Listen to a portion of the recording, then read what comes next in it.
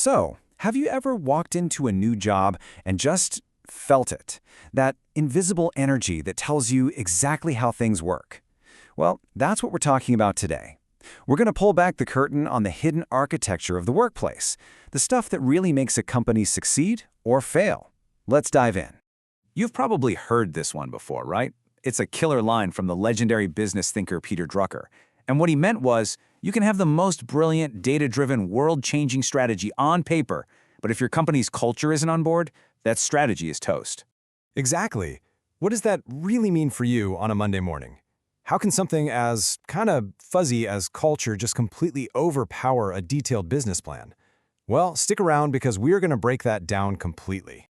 To get a handle on this, you need a good mental model. So I want you to stop thinking about a company as a machine with gears and levers. Instead, picture it as a big, strong, tightly woven rope. And here it is. See, a company's real strength comes from these three strands being woven together. When they're all aligned, pulling in the same direction, that rope is unstoppable. But here's the catch. If even one of those strands is frayed or pulling in a different direction, the whole thing can start to unravel fast. So let's look at the first strand, culture. This is the big one. The easiest way to think about it is as the company's personality. It's all the unwritten rules, the inside jokes, the gut feeling you get about what's really valued. It's the how we do things around here.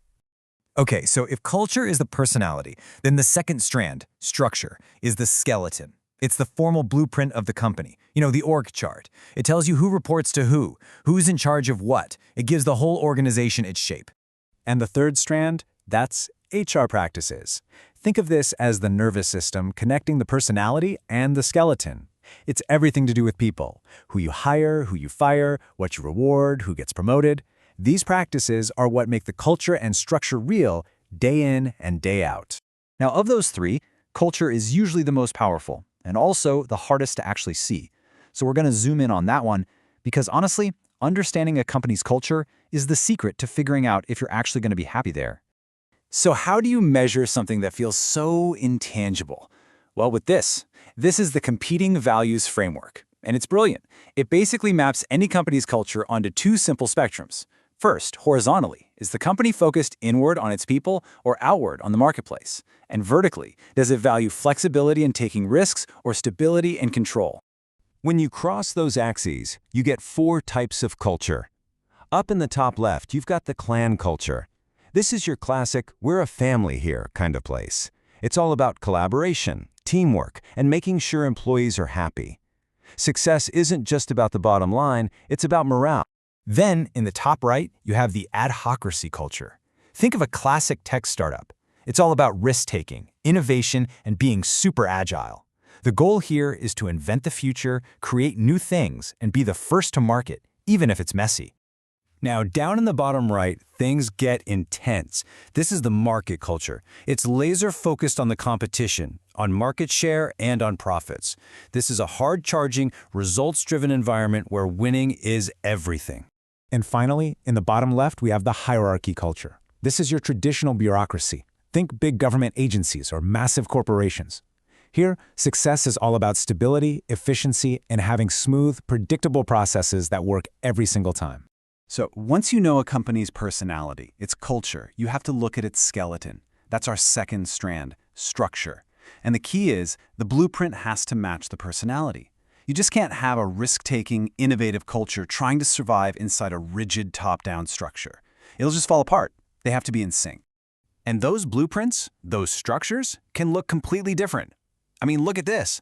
On one side, you've got the simple structure of a small business, where basically the owner is the sun and everyone else orbits around them. And on the other, you've got a functional structure, with all these specialized departments, finance, marketing, sales, each doing its own thing. Okay, this is all fascinating theory, right? But what does it have to do with you? Well, here's where it gets really powerful. You can use these exact same ideas to find a place where you don't just work, but where you actually belong.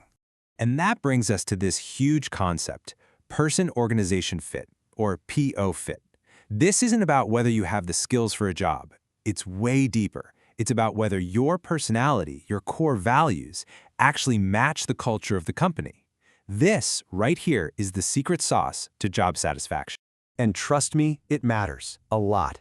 When you have a good PO fit, your performance goes up, you're happier, you're more engaged. But a poor fit, that's when you start feeling like a square peg in a round hole every single day. And that feeling is pretty much the #1 reason people start polishing their resumes. So how do you figure this out before you're stuck in the wrong job? It's actually a pretty simple 3-step process. First, you have to know yourself, like really know yourself. What do you value? What are your deal breakers?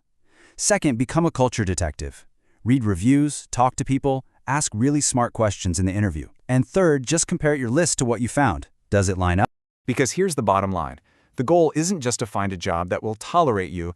The goal is to find a culture that actually amplifies who you are. A place where their way of working brings out the absolute best in you. You're not looking to just fit in. You are looking for a place to thrive. So that brings us to our final thought. I want you to think about your own job right now, or your last one. What kind of culture is it? Is it a clan, a hierarchy? And more importantly, what are those invisible forces doing to shape your day? Think about it.